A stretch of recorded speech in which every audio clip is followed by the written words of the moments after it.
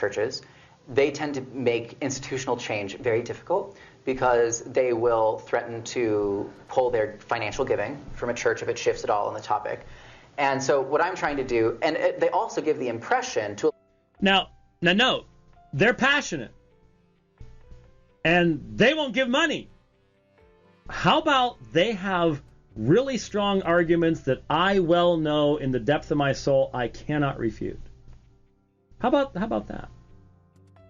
Because I think that's really what's going on with Matthew. Matthew knows that the other side has arguments that he cannot refute. They've been presented to him. And so he's a smart young man. He's finding ways to excuse having to deal with the refutation of his own arguments while continuing to present them, knowing that they can be refuted. So he doesn't even mention, well, they'll threaten to pull funding. They're the people in charge and la la la la la.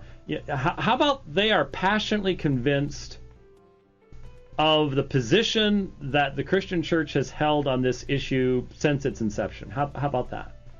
And they actually take the time to read my books, book singular, listen to my videos, and have responded to those things rather fully.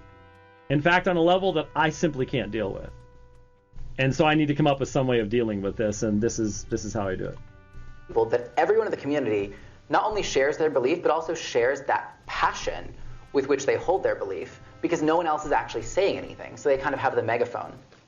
When I'm engaging people on this topic, I am most interested in engaging the people who are the silent sympathizers and the people in the middle. Because most people who are in that place of entrenched, passionate opposition cannot be reached right now. I don't ever... Okay, all right. Are you passionate and entrenched in your position? Again, why am I bothering to address? You're not going to watch this. Is he passionately entrenched in his position? Obviously he is. But he doesn't want to acknowledge the existence of somebody on the other side, because then then the obvious thing would be that our side shouldn't bother to engage at all with him. And yet that's the whole thing he wants to do. That's how he's gotten his attention, is by saying, you must listen to us. But you see, I think part of this is also the homosexual mindset. Remember, Uber writes, you must celebrate who I am and what I do. We are special, you are not. We are special, you are not. You're normal, you're regular, we're specially gifted. I mean, is that not what we are hearing every single day now? Is that not what is being shoved into our face every single day? Is we're special, you're not. Our rights are more important than your rights. You will celebrate us. That's what we're hearing here. Yes. Can I interject here that no. On his point about the spectrum? That went over real well. Yeah, I know. His point about the spectrum, you have commented about your debating audiences on numerous occasions, and you point out that on the one hand, you've got the opposition, the hardcore, and on the other hand, you've got your own following, the hardcore, and there's the group in the middle, and you're there knowing that your opponent is hardcore. He's entrenched in that position, and your point is to talk to those in the middle. You understand the spectrum of the audience. He just dismissed an entire spectrum of the audience that he won't even have an interaction with. And of course, if he was at all convinced of the weight of his arguments, then he would want, if he actually thought his arguments were good arguments and they would survive against me, he would want to debate me to demonstrate that, not only for the people on his side, but for the people on my side as well. You see, one of the things that has bothered me in even going back and forth on Twitter with Matthew is we have completely different reasons for doing what we do. He is not the reason why I'm responding to him. It's not about him. It's about something so much bigger than either one of us. But for him, it's all about him. You have to be nice to me. It's my time. It's what's worth me doing. It's all me, me, me, me, me. And that's why if you even talk about bestiality, pedophilia, incest, in other words, if you go to Leviticus 18, look at the holiness code, and talk about what all these sins are about and how they're all connected in attacking the Imago Dei, it doesn't matter that you're dealing with the Bible and he's not.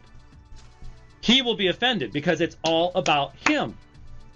Now, there's all sorts of stuff in what he said here that if I were interested, it was all about me, I would just be massively offended. But I'll be honest with you, I don't care, because it's not about me. Yes, he's being mean. Yes, he's being disrespectful. Yes, he's being a hypocrite. So what? Big deal. The issue and how people respond to it, that's what's important. So we have completely different motivations for what we do. Completely different motivations. And you see, in the touchy-feely, all emotions, I'm just a little kid, millennial generation, I don't want to grow up. I don't want to become an adult. I just want to do me stuff. Amongst those folks, he looks like the nice guy because it's all about him. Rather than recognizing, you know what? That's really immature. And that really isn't going to promote human flourishing. Let's use that term. Let's borrow a Mohlerism for the moment. But very, very different motivations for what we're doing. I try never to write people off entirely, but I do postpone people. And I will postpone engagement with some people because the way that they think and talk about these topics is so unhelpful and so devoid of any kind of relational care or understanding. Unhelpful and devoid of relational care and understanding. That's the terminology. Yeah, I've got it right here. So devoid of any kind of relational care or understanding that I don't think they're really not worth my energy, is what he's going to say just now.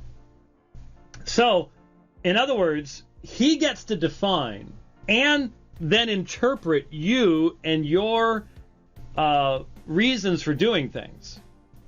And so if you don't fit his paradigm, well, you're just not worth his energy. Again, it's all Matthew Vines. It's all about me. And there is a direct connection here to homosexualism, because what fundamentally is the error of homosexual attraction? It's narcissistic. It's falling in love with a mirror image.